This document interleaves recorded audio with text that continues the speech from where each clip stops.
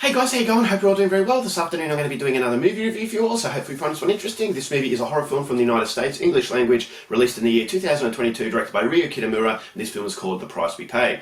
So The Price We Pay is about a trio of thieves. They rob a pawn shop, things go horribly wrong, some people in the pawn shop are killed, and one of the thieves is shot in the leg and is gravely wounded. So they're on the run from the authorities, they're all over the news, and so they take a hostage and take her car and they seek refuge at a very secluded farm. But unfortunately, this farm is unlike anything they could ever have imagined, and now the police and the authorities are going to be the least of their concerns. So what happens at that point on is something you're going to have to find out for yourself, because that's as far as I'm going with my synopsis.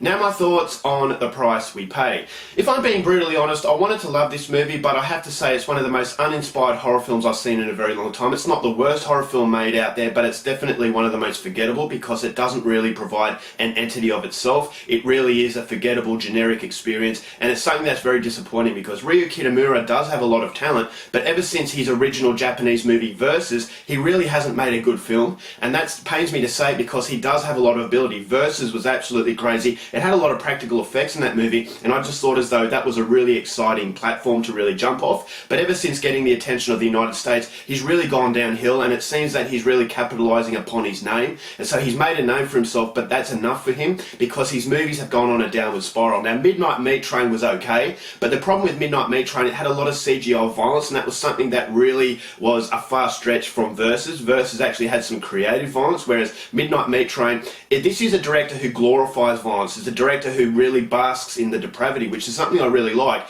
but unfortunately just felt as though Midnight Meat Train was a lazy step down from Versus, and so that was an okay movie, but unfortunately the director is just okay. He really is forgettable because he's making very generic horror pieces that really makes me feel as though the curse of Hollywood has really got to him. And so he's made Midnight Meat Train that was okay, No One Lives that was very forgettable, Downrange that I thought was absolutely horrible, and coming into The Price We Pay I didn't really have too many expectations, but I had curiosity based on the fact that Stephen Dorff and Emile Hirsch were actually in this movie. And after watching the film, I will say that they're there just to have a paycheck, because the movie is banking on the fact that it has two recognised actors, because it doesn't really provide anything that these actors can deliver in a way that you felt as though they were using their potential. And so the whole film, it does have a very generic feel. It's one of those movies that doesn't form a shadow of its own, and you've seen one, you've seen them all. If you've seen From Dusk Till Dawn, the movie does provide borrow a lot from From Dusk Till Dawn, where they rob a shop and they're going on the run. They seek refuge at a place that they think they can hide, but unfortunately horrible things are happening.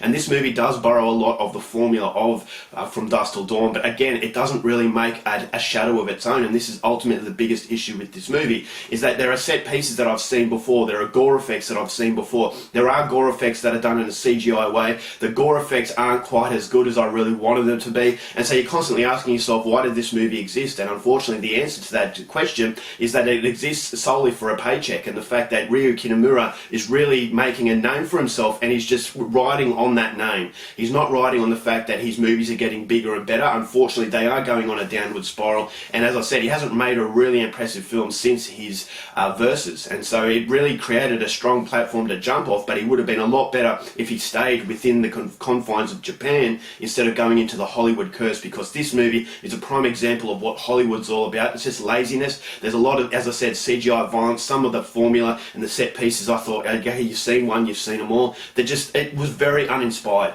and so it was a movie that was not that existed for the sole purpose of making money, and it just doesn't really utilise the talent that it has with Stephen Dorff and Emile Hirsch. They just play really cheap versions of the Gecko Brothers, and that's something that I just didn't really like. And unfortunately the movie just becomes very, very forgettable, and it outstays its welcome well before the end, because you know how the events are going to transpire. So it pains me to say it, Ryo Kitamura does have a lot of talent. He's not a bad director, but unfortunately it's just a lot of laziness is starting to seep through his work, and unfortunately The Price We Pay is a prime example of that. And so overall for this movie, I'm only going to give this one star. It's not the worst movie you've ever seen, but unfortunately it's just nothing memorable. Alright guys, that's it for my review. Hope you enjoyed it. Till next time, keep watching movies, and I'll see you later. Bye.